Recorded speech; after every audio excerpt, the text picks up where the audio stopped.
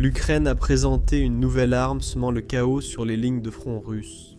Apparus dans le Donbass oriental, ces robots terrestres sont devenus un symbole de survie et un cauchemar pour Moscou.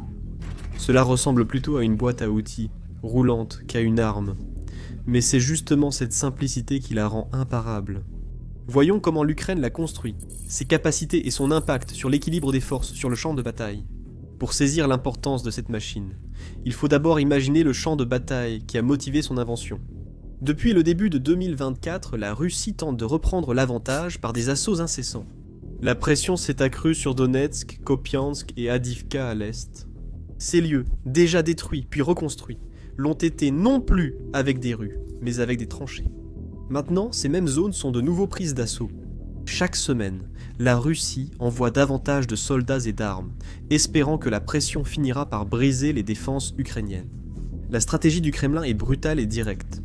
D'abord, ils inondent la zone d'artillerie, puis ils envoient des vagues d'infanterie pour prendre d'assaut ce qui reste. Si cela échoue, ils recommencent le processus. C'est une guerre d'usure, une épreuve lente et éprouvante pour voir qui manquera de force, de munitions ou de morale en premier. Pour l'Ukraine, ce type de guerre est impossible à égaler. L'armée est plus petite, les munitions sont limitées, et chaque soldat compte. Contrairement aux troupes russes, la logistique est un fardeau, car déplacer les fournitures est dangereux et lent. Les convois progressent lentement sur des terrains exposés, sous surveillance constante de drones et satellites. La rotation des troupes est longue, et chaque retard accroît le risque. Même un ravitaillement peut vite devenir mortel. Les médecins aidant les blessés subissent aussi exposition, surveillance et frappes. Le champ de bataille punit tout ce qui est lent, visible ou prévisible. C'est à nouveau le Far West, impitoyable. L'Ukraine a donc dû s'adapter et repenser sa stratégie au lieu de répondre à la Russie obus pour obus. Chaque défi devient une énigme, déplacer des fournitures ou frapper sans être vu ni exposer ses hommes. Comment garder l'avantage quand l'ennemi voit tout d'en haut ?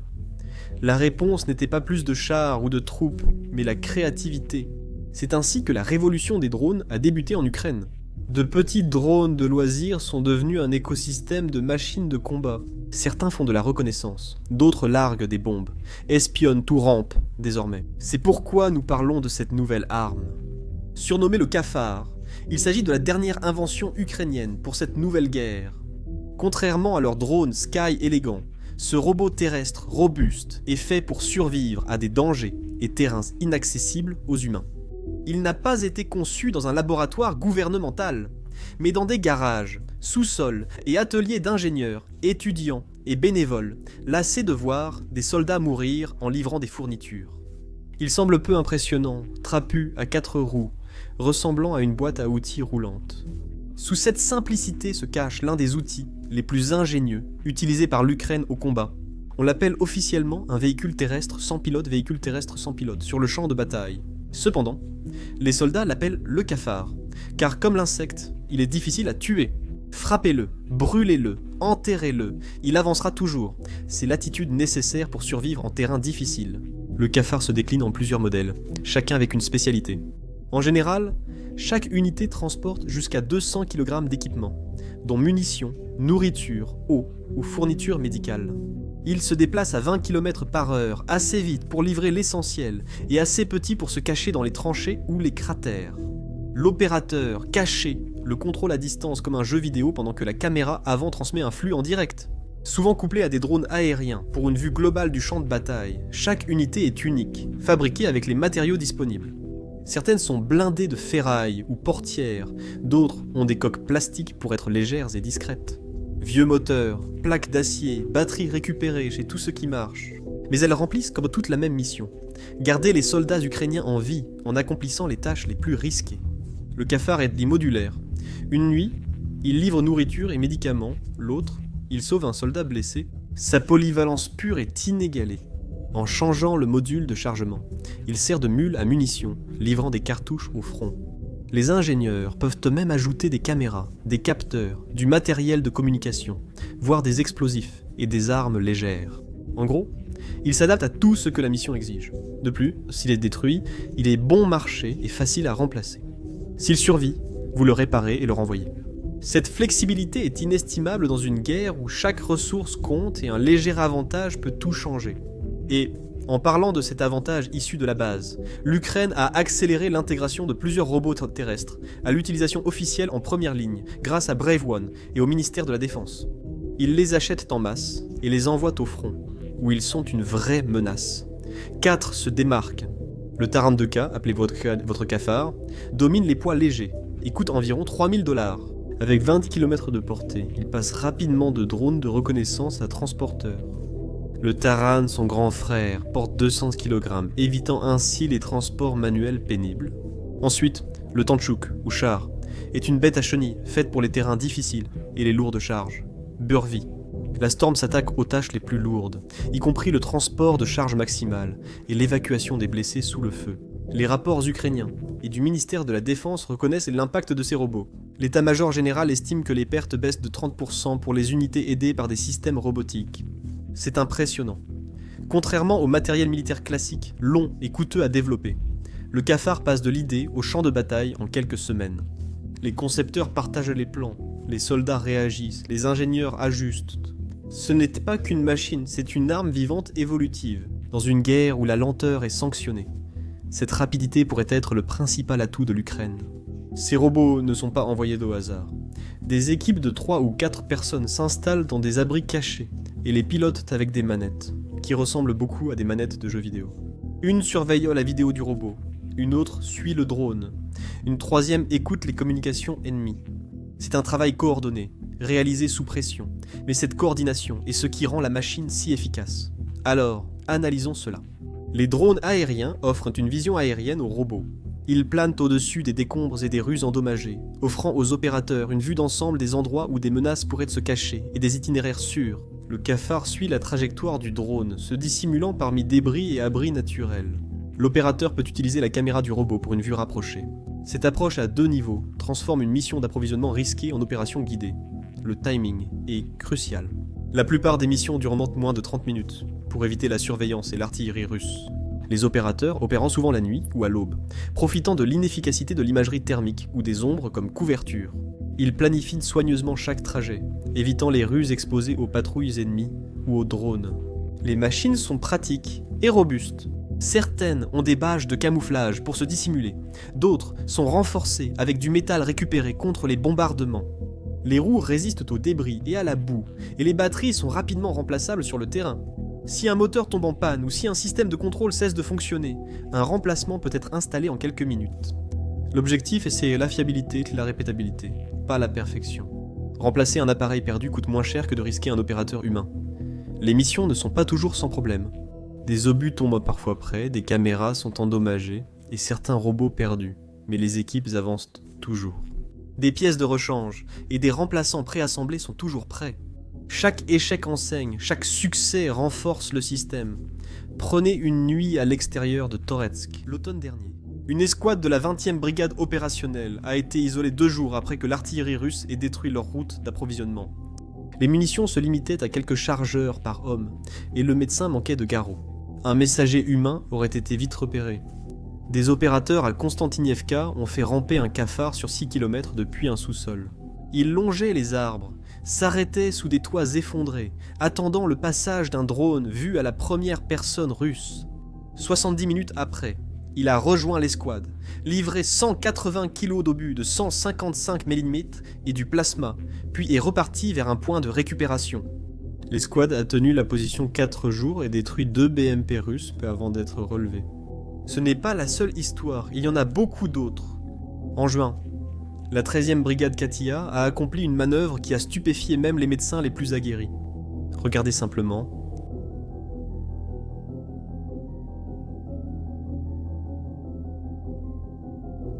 L'un de leurs gars a reçu des éclats d'obus dans la jambe lors d'une offensive nocturne près de Bakhmout. La position était clouée au sol. Aucun véhicule ne pouvait s'approcher, et l'évacuer à pied signifiait entrer dans une zone de tir de drone. Alors l'équipe s'est tournée vers le Taran 2K, leur fidèle cafard. Ils ont fixé le soldat sur la plateforme et envoyé le robot parcourir 12 km à travers des trous d'obus, des tranchées effondrées et un champ de mines que les Russes pensaient sécuriser. L'opérateur, à 2 km en arrière dans une cave, le guidait via vidéo en direct tandis qu'un drone surveillait les menaces. Le cafard s'est arrêté sous un camion calciné quand un drone vu à la première personne russe a vrombi, puis a repris sa route. 90 minutes plus tard, il est arrivé au point de récupération, où les médecins ont mis un garrot à l'homme blessé avant de l'emmener à l'hôpital de campagne. Il a gardé sa jambe, le robot, quelques éraflures, une roue fissurée, et il était de retour en action 2 jours plus tard. Ce trajet n'était pas un hasard. Katia emploie maintenant des robots terrestres pour toutes les missions ardues. EVAC et d'autres unités reprenaient la même stratégie. Une machine bon marché redéfinie, trop risquée. Ce type d'histoire commence petit mais se répand vite. Les unités ayant vu un cafard sauver leur position ont voulu en avoir un aussi. Les ateliers de bénévoles à Dnipro et à Kharkiv ont augmenté leur production. Des fabricants locaux, des programmes gouvernementaux de véhicules terrestres sans pilote et des startups de la défense ont poursuivi le travail amorcé par les bénévoles. Des entreprises comme Brave One et Thermoland ont fourni des pièces, mené des tests sur le terrain et mis en place des lignes de production en petite série, accélérant ainsi le passage du prototype de garage à une unité prête pour le front. Pour les troupes, ce robot terrestre est un sauveur. La puissance du cafard vient autant de ce qu'il symbolise que de ce qu'il détruit. Il modifie les mathématiques de la guerre. La Russie investit des millions pour déplacer ses troupes, alors que l'Ukraine réplique avec une machine moins chère qu'un obus.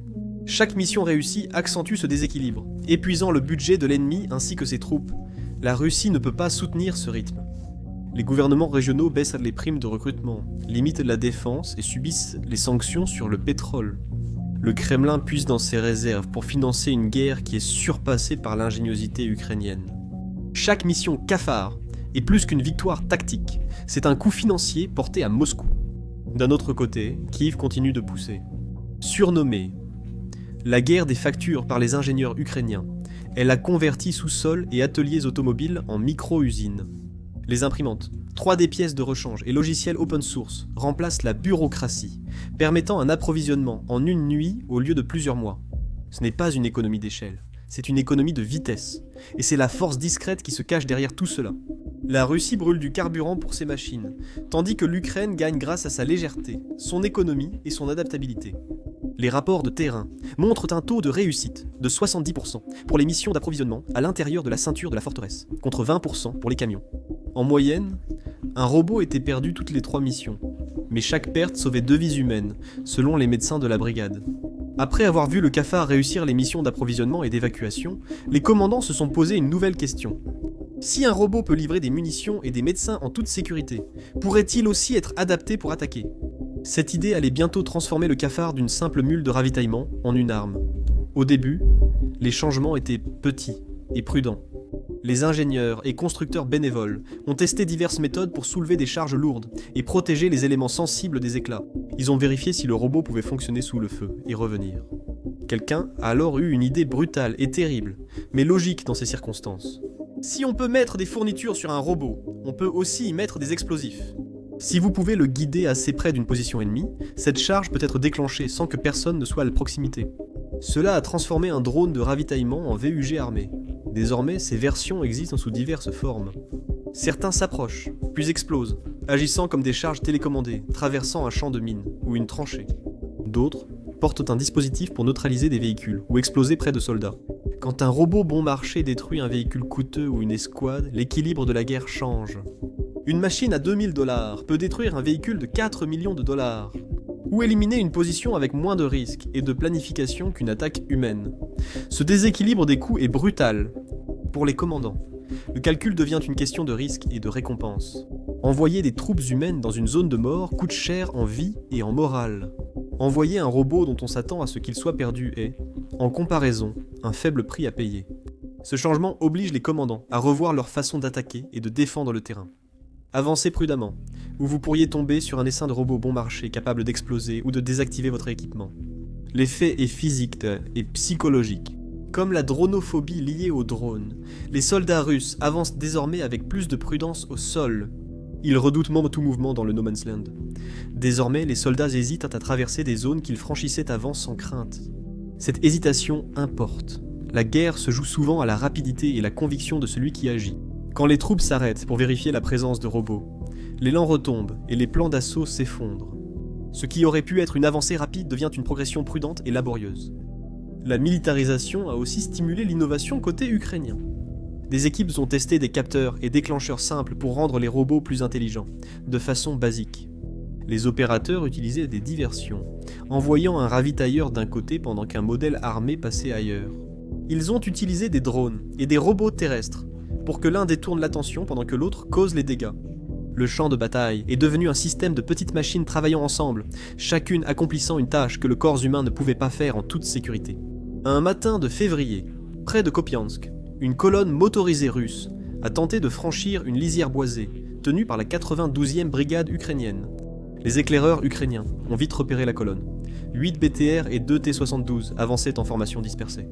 L'artillerie étant hors de portée, les opérateurs de drones sont immédiatement intervenus. Les drones vus à la première personne et les unités au sol ont coordonné une riposte rapide, immobilisant les véhicules de tête et exposant la colonne. Les mortiers ukrainiens ont pris le relais et, à l'aube, plusieurs véhicules russes étaient détruits. Les défenseurs ont tenu bon, prouvant l'efficacité de la coordination technologique, ce que la Russie a noté. En quelques semaines, des rapports du front ont montré de nouvelles contre-mesures. Les soldats ont soudé des cages métalliques au-dessus des tranchées pour attraper les robots rampants. Les patrouilles transportèrent des grenades impulsion électromagnétiques pour griller l'électronique. Des drones vus à la première personne à fibre optique gisaient dans l'herbe, prêts à attaquer tout véhicule, mais rien ne marchait vraiment. Les cages limitèrent les mouvements et créèrent des angles morts pour les snipers ukrainiens. L'impulsion électromagnétique avait une courte portée. Les drones à fibre demandaient un positionnement précis et échouaient souvent. L'Ukraine a réagi. En quelques jours, les cafards Nikolaïevsk ont eu des chenilles plus larges pour grimper et un contrôle filaire sur les 100 derniers d'un mètre. Immunisés contre le brouillage, chaque solution russe gagnait du temps, mais l'Ukraine innovait plus vite. Les chiffres parlent d'eux-mêmes. Au printemps, l'Ukraine avait déployé de nombreux robots terrestres cafards dans le Donbass. Bon marché et jetables, ces machines ont ravitaillé les unités isolées et perturbé les mouvements russes. Même sans être tous faits pour le combat, ils ont causé des pertes de véhicules et freiné l'infanterie, notamment à Kupiansk. Les commandants ukrainiens constatent moins de reconnaissance russe réussie, là où les drones agissent en essaim. Le cafard ne remporte pas seul les batailles, mais il transforme l'élan en progression lente. Cependant, cela ne signifie pas que le cafard est imbattable. Lorsqu'il est utilisé pour l'attaque, il reste un instrument peu précis. Beaucoup sont perdus à cause de l'artillerie et des interférences électroniques, mais l'essentiel, c'est l'échelle.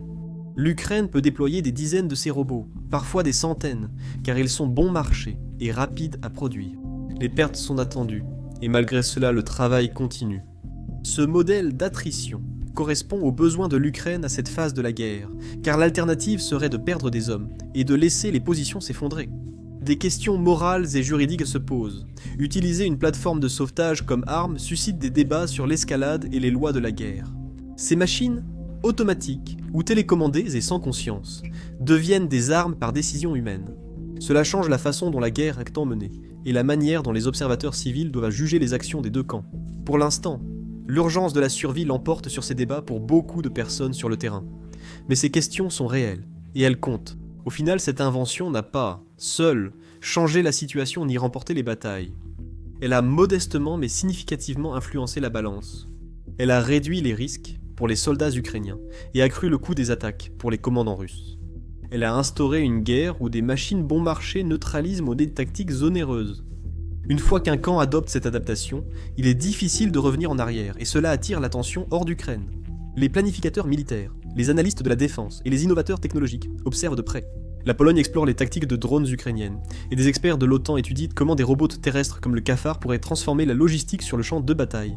Ce qui débute sur les champs de bataille de l'est de l'Ukraine risque peu d'y rester. Les mêmes modèles qui rampent aujourd'hui à travers les décombres pourraient un jour acheminer de l'aide dans des zones inondées ou transporter des médicaments dans des zones sinistrées. La frontière entre robotique militaire et civile s'efface vite, une simplicité qui est aussi un risque. Facile à construire et à copier, même de petites nations ou des groupes militants pourraient bientôt lancer leurs propres essaims de machines improvisées. L'innovation dépasse la réglementation, comme le montre le cafard, révélant une opportunité dans ce risque. La pression ayant poussé l'Ukraine à innover pourrait aussi soutenir sa reconstruction. Les machines conçues pour la guerre pourraient reconstruire des maisons, déminer des champs et reconnecter des villes détruites. C'est un paradoxe sombre mais fascinant. Une technologie née de la destruction pourrait un jour sauver plus de vies qu'elle n'en a jamais prises. L'Ukraine illustre la créativité face à l'urgence. Ces machines font plus que livrer des fournitures ou transporter des explosifs. Elles montrent que de petites équipes rapides peuvent battre de grandes équipes lentes. La Russie reste piégée par son système. Ce n'est guère innovant, car les décisions prennent du temps et le changement se fait lentement. Chaque nouvelle invention ukrainienne force une réaction, et cette réaction arrive souvent trop tard. Voilà pourquoi même un simple robot à roues peut avoir un tel impact. Il ne s'agit pas seulement de ses actions, mais aussi de la rapidité de son adaptation. Tout repose sur une idée simple. Donner aux personnes intelligentes la liberté de résoudre de vrais problèmes. Elles construiront des choses utiles. En Ukraine, cette idée vit toujours. Dans chaque robot qui rampe dans la boue, chaque drone qui vole au-dessus de nos têtes, et chaque bénévole qui travaille tard pour ajuster un design qui pourrait sauver des vies demain. Le cafard n'est qu'un exemple. Il y en a beaucoup d'autres. Chaque nouveau prototype apporte quelque chose comme la vitesse, la résilience et l'imprévisibilité. La Russie gaspillant plus de temps, d'énergie et de ressources à chaque tentative de rattrapage. Ce déséquilibre est l'une des raisons pour lesquelles l'Ukraine continue de tenir la ligne, même lorsque les probabilités disent qu'elle ne devrait pas pouvoir le faire. La Russie n'a pas seulement vu le cafard, elle l'a ressenti. Quand un essaim de robots, bon marché et rapide transforme le champ de bataille, vous ne pouvez pas l'ignorer. Le défi n'est pas tant d'identifier les menaces, mais de savoir les arrêter, même si les solutions paraissent évidentes sur le papier. Brouiller les signaux, bloquer, piéger, patrouiller plus. Pourtant, rien ne marche vraiment. À chaque tentative russe, l'Ukraine s'adapte plus vite, forçant les forces russes à réagir plutôt qu'à contrôler le combat. Le brouillage fonctionne jusqu'à ce que le cafard change de fréquence, utilise une liaison de secours ou fonctionne brièvement en autonomie. Les barrières physiques ralentissent un, mais pas les 10 suivants.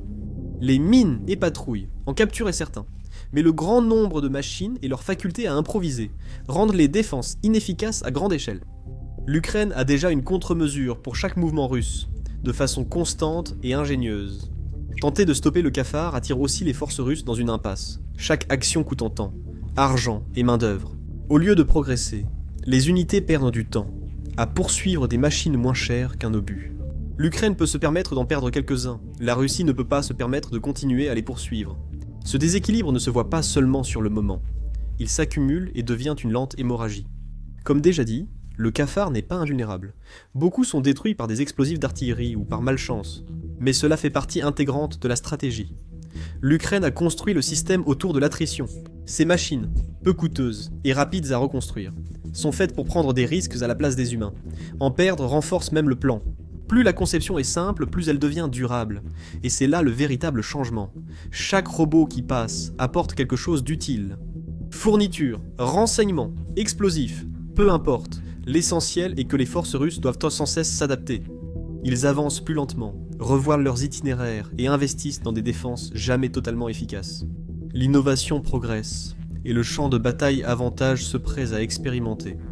Quand la Russie réagit, l'Ukraine a déjà changé de version. Le cafard ne transporte pas seulement du matériel, il change les règles. La force brute ne suffit plus. Chaque avancée comporte un risque, chaque plan requiert une alternative, chaque hypothèse peut être contestée. Ces machines tenaces ont converti la pression en avantage stratégique, et la Russie tente toujours de suivre malgré sa puissance de feu. L'impact du cafard va bien au-delà des ravitaillements, des attaques ou des tactiques de champ de bataille. Ce que Kiev a construit n'est pas seulement un outil de combat, c'est un message adressé au monde entier.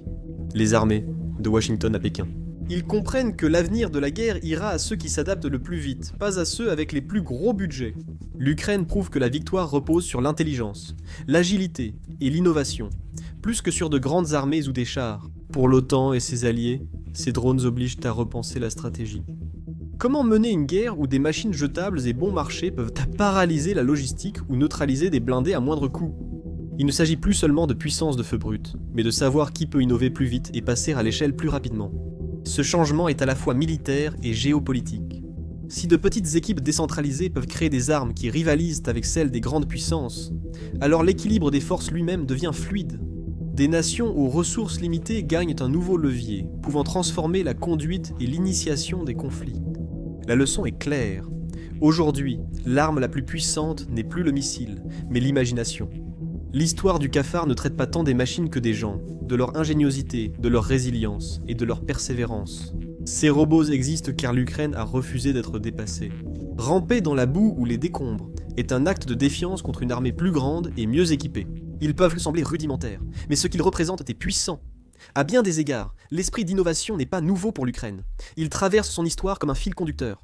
Il y a des siècles, les Cosaques affrontaient de grands empires dans les steppes, grâce à leur rapidité, surprise et créativité, plutôt qu'à de lourdes armures. Ils transformaient des outils en armes, et utilisaient leur connaissance du terrain pour tromper de plus grandes forces. Cet instinct d'adaptabilité existe toujours, sous une autre forme. Les ingénieurs et opérateurs de drones perpétuent aujourd'hui cette tradition. L'atelier a changé la selle, la carte électronique a pris la place du sabre, mais l'esprit demeure. Face à une force écrasante, il compte sur l'ingéniosité, la mobilité et la résilience. Le cafard, aussi grossier qu'il puisse paraître, perpétue cet héritage. C'est l'expression moderne d'une vieille vérité. La principale défense de l'Ukraine est sa capacité à s'adapter plus vite que l'ennemi. Ce lien entre le passé et le présent est important car il montre que l'innovation sous pression fait partie de l'identité du pays. Ce que l'on nomme aujourd'hui génie technologique est aussi une mémoire culturelle. Chaque robot en combat s'inscrit dans une longue histoire de défis et de créativité sur plusieurs générations. Comprendre ce lien donne à cette machine une signification plus profonde. Ce n'est pas qu'un produit de la guerre, mais le reflet de la résilience du peuple ukrainien face à l'impossible. Réfléchissez-y. L'arsenal russe de chars, artillerie et missiles est défié par des machines moins chères qu'une voiture d'occasion, fabriquée dans un garage. Le vrai changement ici, c'est que le camp le plus riche ou nombreux ne gagne plus automatiquement, mais celui qui s'adapte le plus vite. Actuellement, ce camp, c'est l'Ukraine. Chaque cafard qui mène une mission, qu'il s'agisse de transporter des munitions, d'évacuer un blessé ou de frapper une cible, le prouve. La créativité et l'adaptabilité primant sur la force brute. Ces robots n'éliminent pas le courage ou la stratégie, mais les soutiennent. Ils éliminent le risque humain, valorisant l'habileté et la rapidité d'esprit plutôt que la puissance de feu, illustrant la guerre moderne actuelle. Ce n'est pas que la force, mais aussi l'imagination. Les armées qui expérimentent et apprennent avancent. Si l'Ukraine innove en étant assiégée, imaginez ses capacités en paix. La créativité qui fait avancer ces machines dans les tranchées pourrait aussi tout reconstruire. Au fond, les gars, le cafard n'est pas qu'un robot. C'est un rappel que l'adaptabilité l'emporte et que le courage, l'ingéniosité et la persévérance peuvent transformer même le plus petit acteur en une force qui change tout. Le cockpit du futur n'est pas un avion de chasse. Il se trouve dans un sous-sol avec un joystick et un gamin qui vient de souder une meilleure batterie à 3h du matin. Merci d'avoir regardé.